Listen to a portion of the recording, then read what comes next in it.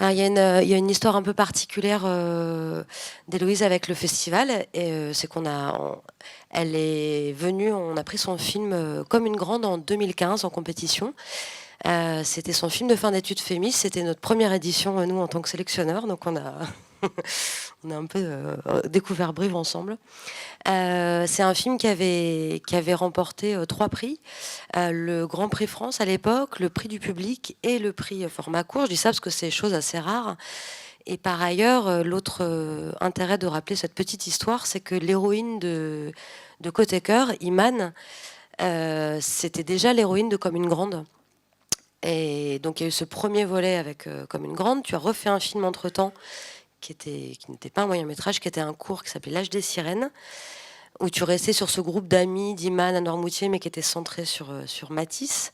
Et puis là, donc avec Côté Cœur, tu retrouves Iman quelques années après, et surtout on retrouve nous aussi, en tout cas ceux qui ont vu tes films précédents. Et il y a forcément une émotion très particulière de voir quelqu'un grandir à l'écran, traverser le temps.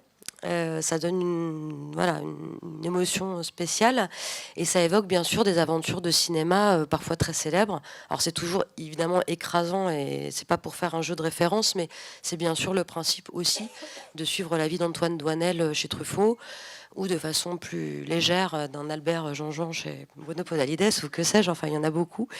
C'est une particularité que le cinéma est comme un conservatoire aussi et attrape la mémoire des choses. Voilà, donc je voudrais peut-être qu'on commence par là. Qu'est-ce qui fait que tu suis comme ça dans le temps ces gens que tu filmes? Quel est ce désir-là de traverser un peu le temps avec tes acteurs et avec tes personnages? Pour les deux premiers films, oui, il y avait vraiment l'idée qu'il y ait une continuité comme ça. Le tout premier, Comme une grande, était déjà une chronique en fait. Après ce film, j'ai eu envie de continuer la chronique par un autre film. C'est vrai que c'était du point de vue d'un autre personnage. Ouais. Iman était là, elle gravitait autour encore. Et j'avoue que là, ça procède pas vraiment de cette volonté-là tout à fait. C'est plus que j'avais toujours envie de la filmer et surtout j'avais vraiment envie pour la première fois de lui écrire un rôle de composition qui n'est pas du tout le cas des deux films précédents où elle portait même son propre nom. Là c'est différent, elle s'appelle Marilyn. J'avais envie qu'on crée un personnage toutes les deux parce que au-delà, effectivement, c'est vrai que moi aussi ça m'émeut pas mal de revoir les anciens films parce qu'elle grandit et puis mais c'est aussi notre travail à toutes les deux ensemble qui évolue et ce qu'on n'avait jamais vraiment travaillé, c'est la composition, la vraie composition. Et voilà, donc on s'est lancé là-dedans. Et du coup, il est écrit pour elle sur mesure, ce personnage, ce qui fait aussi qu'il y a certains aspects de son tempérament qui peuvent un petit peu appartenir à Iman, mais qui sont là tirés à l'extrême. Voilà, on a travaillé dans le sens dans ce sens-là. Voilà. Effectivement, par rapport au film précédent, on voit bien que formellement, il est très différent aussi, et que là où on était dans une forme de chronique plutôt naturaliste, il y a un virage qui se fait, il y a une forme, on touche plutôt à la question du conte. On peut même parler d'un virage fantastique, avec cet astre rouge, avec ces marais, ces brumes. Il y a une touche presque gothique là-dedans, quelque chose d'assez sombre. Et est-ce que pour toi, c'était plus juste aussi pour parler de cet âge de l'adolescence, cette espèce d'univers de fiction plus au-delà de la curiosité d'une nouvelle expérience de cinéma? Est-ce que par ailleurs, ça rejoignait sur le fond quelque chose? Oui, alors sûrement. Je ne sais pas si c'est lié à son âge ou à son tempérament, mais de toute façon, son tempérament est lié à son âge. Et j'imagine, effectivement, elle a quelque chose de plus extrême, de plus ardent, peut-être, je sais pas. Effectivement, c'est quelqu'un qui désire fort aussi qu'on la désire. Enfin, j'avais envie de pousser les curseurs un peu sur ce film-là. Et puis c'est vrai que le premier, Comme une grande, était très très très naturaliste. Il y avait même un flou à certains endroits sur la frontière entre la nature documentaire ou fictionnelle des images. L'âge des sirènes, j'avais commencé à regarder ce que ça donnait d'installer un peu plus de fiction là-dedans, surtout vers la fin du film où il y avait un virage un petit peu plus romanesque et un petit peu plus formel.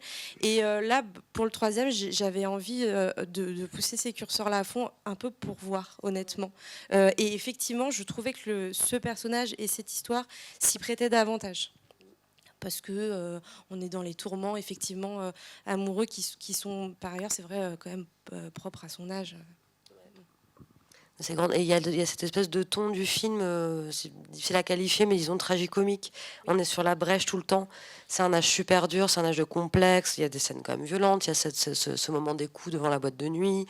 On sent la pression du regard des autres à cet âge-là, la découverte de la sexualité, l'inhibition, enfin, toutes ces choses qui se jouent.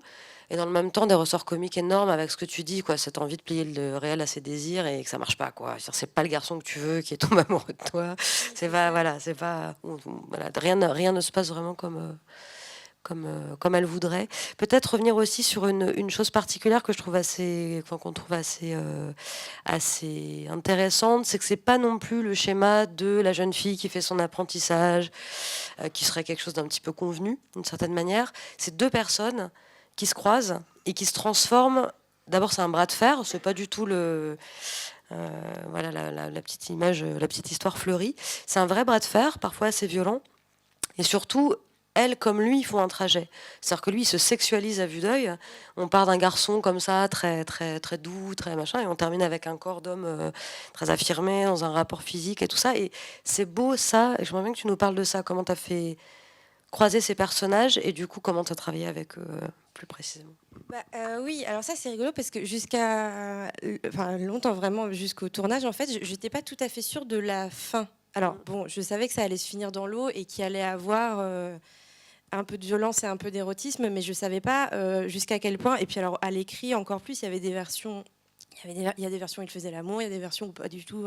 Enfin, bref. À l'origine, moi, j'avais très envie de ces deux comédiens, parce que pour le coup, le rôle de Ludovic est aussi écrit pour Jonathan, parce que j'avais envie de faire aussi quelque chose que j'avais jamais fait, c'était de travailler des personnages ambigus et pas franchement aimables. Mais bon, comme moi, a priori, je les aime quand même, j'avais envie qu'à la fin, de ne pas être la seule. Donc, effectivement, elle, oui, l'idée était oui, qu'au début, elle soit mal aimable, parce que, en fait, l'autre fois, j'ai fait une rencontre avec des scolaires et ils avaient l'impression que le sujet du film, c'était le harcèlement. Et parce que je pense qu'on leur parle pas mal de harcèlement scolaire et tout. Et moi, j'avais pas l'impression que c'était un personnage victime de ça. Pour moi, c'est effectivement, elle est un peu marginale, mais aussi parce qu'elle est pas très aimable en fait. Elle est et Sur la défensive. ouais, c'est ça. Elle veut tellement qu'on l'aime qu'elle fait elle fait tout à l'envers. Et lui, j'avais en tête quelqu'un d'un peu misanthrope, de pas très fun, quoi, et qui et effectivement, l'idée c'était que cette rencontre allait du coup être un peu ouais, difficile, qu'ils n'allaient pas trop savoir par quel bout se prendre, et que ça allait du coup de fait passer par du conflit, de la violence, et puis qu'à la fin il y ait finalement bon, un mouvement de désir, quoi, comme ça. Je sais pas si je réponds trop bien à la question, Très bien. mais Ouais. voilà, l'idée c'était ouais, de travailler l'ambiguïté, quoi, et comment ça peut se retourner aussi, comment on peut changer d'avis sur un personnage. Et pour ça, Jonathan Cousinier, je trouve, est un acteur assez ambigu. Ouais. Et d'ailleurs, je l'avais découvert dans Ton cœur au hasard. Mais c'est ça qui est génial, c'est qu'ils se sont vus ici. Ils se sont rencontrés ici. On s'est tous rencontrés ici. C'est ça. Ouais. Parce qu'il y avait Marrant. cette année-là, Jonathan, donc le personnage masculin, Jonathan Cousinier, qui est un super acteur, effectivement, et qui était dans Ton cœur au hasard d'Audley Rapin, Oui. dont on attend le prochain film avec hâte aussi. Et ils se sont rencontrés. Donc Iman, elle avait quoi, 13 ans? Ah bah elle était jeune, oui, pour le coup, elle avait 12 ou 13 ans. 12-13 ans. Ouais. Et tu lui as offert quand même un baiser de cinéma, mais genre digne de... Ouais, je pense qu'il s'en doutait pas à l'époque. Je pense qu'il s'en doutait pas du tout. En tout cas, ouais, cette façon cette ambiguïté maintenue, et je trouve que lui particulièrement, c'est lui qui devient gênant. Enfin voilà, c'est un film qui a des dehors comme ça de contes et de choses très douces, mais qui est très étonnant dans ce sur quoi ça aboutit et tout ça. Donc voilà. Bah écoute, bravo. Merci beaucoup. Merci à toi. Merci beaucoup.